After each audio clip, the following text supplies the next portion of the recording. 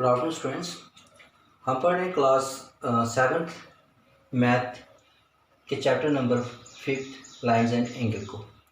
तो आज की क्लास में हम करेंगे एक्सरसाइज 5.1 का क्वेश्चन नंबर 13 जो कि फिल इन द ब्लैंक्स है।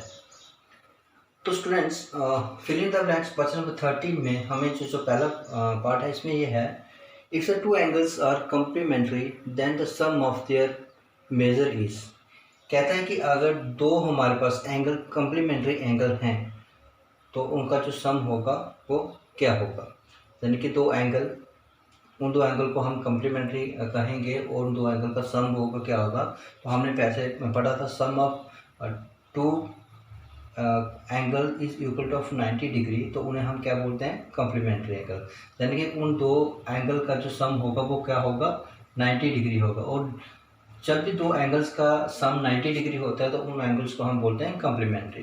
पार्ट सेकंड में यहाँ पे if two angles are supplementary then the sum of their measure is कितना होगा कि अगर दो एंगल सप्लीमेंट्री हैं, दो एंगल सप्लीमेंट्री हैं तो उनका सम कितना होगा, वो कितना होगा 180 डिग्री।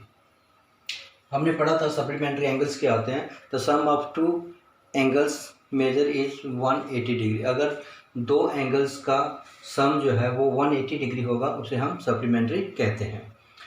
तो यहाँ पे भी वही दो एंगल्स वो सप्लीमेंट्री हैं तो उनका सम कितना होगा 180 डिग्री।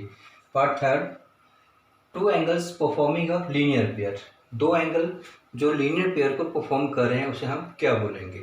मीन लीनियर पेयर हमने क्या कहा था, लीनियर पेयर कब बनता है, जब एक स्ट्रेट लाइन के ऊपर कोई एंगल बनता है। हमारे पास मीन एक स्ट्रेट लाइन है, इसके ऊपर एक एंगल ड्रा हो रहा है तो इसे हम लीनियर पेयर कहते हैं। और जो लीनियर पेयर होता है, लीनियर पेयर किस स्ट्रेट लाइन पे बनता है और जो स्ट्रेट लाइन पे एंगल होते हैं वो कितने बनते हैं 180 डिग्री का।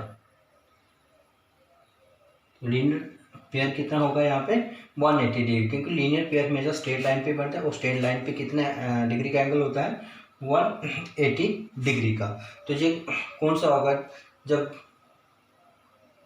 सम of angle performing a linear pair, जब कोई दो एंगल हैं वो लीनियर पेयर को परफॉर्म कर रहे हैं तो वो कितना होगा 180 डिग्री। और 180 डिग्री को एंगल को हम क्या कहते हैं, सप्लीमेंट्री एंगल।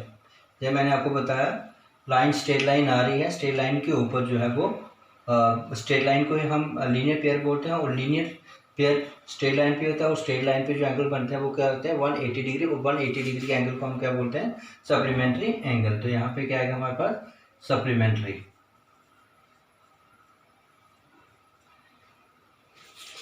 पार्ट फोर्थ में, if two adjacent angle are supplementary then perform अ।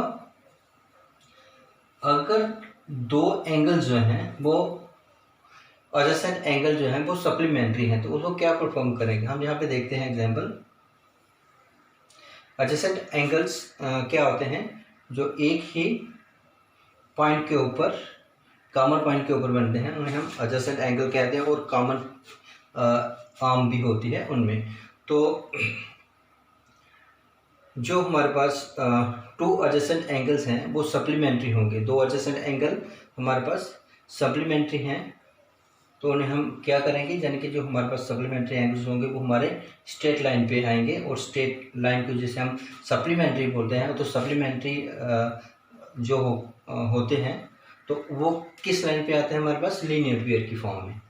यहाँ पे यही क्वेश्चन आ रहा है, two angles are performing a pair of supplementary. तो दो जो एंगल्स हैं वो लीनियर पेयर की फॉर्म में होंगे, उसे हम क्या कहते हैं, सप्लीमेंट्री। तो यहाँ पे यही चीज़ पूछी जाती है अगले क्वेश्चन में, दो एडजेसेंट एंगल जो हैं वो सप्लीमेंट्री हैं तो वो किसकी फॉर्म में होंगे। तो यहाँ पे जो लीनियर पेयर्स जो हैं वो किसकी फॉर्म में, सप्लीमेंट्री फॉर्म में। तो जो दो एंगल जो जहाँ पे आ रहे हैं सप्लीमेंट्री वो किसकी फॉर्म में हो जाएंगे हमारे पास, लीनियर पेयर में। तो यहाँ पे आ जाएगा लीनियर पेयर। पार्ट फिफ्थ में, if two lines are intersect a point then the vertically opposite angle are always. तो यहाँ पे जब हम पढ़ रहे थे एंगल्स के बारे में, यहाँ वो चीज़ हमने यहाँ पे पढ़ी थी, कहते हैं यहाँ पे टू लाइन्स, हमारे पास यहाँ पे दो लाइन्स हैं इंटरसेक्ट एट अ पॉइंट, एक ही पॉइंट पे इंटरसेक्ट करते हैं, जो हमारा एक पॉइंट है जहाँ पे दो लाइनें इंटरसेक्ट कर रहे हैं, देन वर्टिकली अपोजिट एंगल क्या होते हैं, हमने ये पढ़ा था, जो वर्टिकली एंगल्स होते हैं ये क्या होते हैं, इक्वल, जितने डिग्री का जो होगा उतना ही ये होगा। तो मीन कि जब दो लाइन आपस में एक पॉइंट के ऊपर इंटरसेक्ट करती हैं, एक ही पॉइंट के ऊपर, तो जो उसके अपोजिट वर्टिकली अपोजिट एंगल होते हैं वो ऑलवेज हमेशा क्या होते हैं, इक्वल, ऑलवेज इक्वल।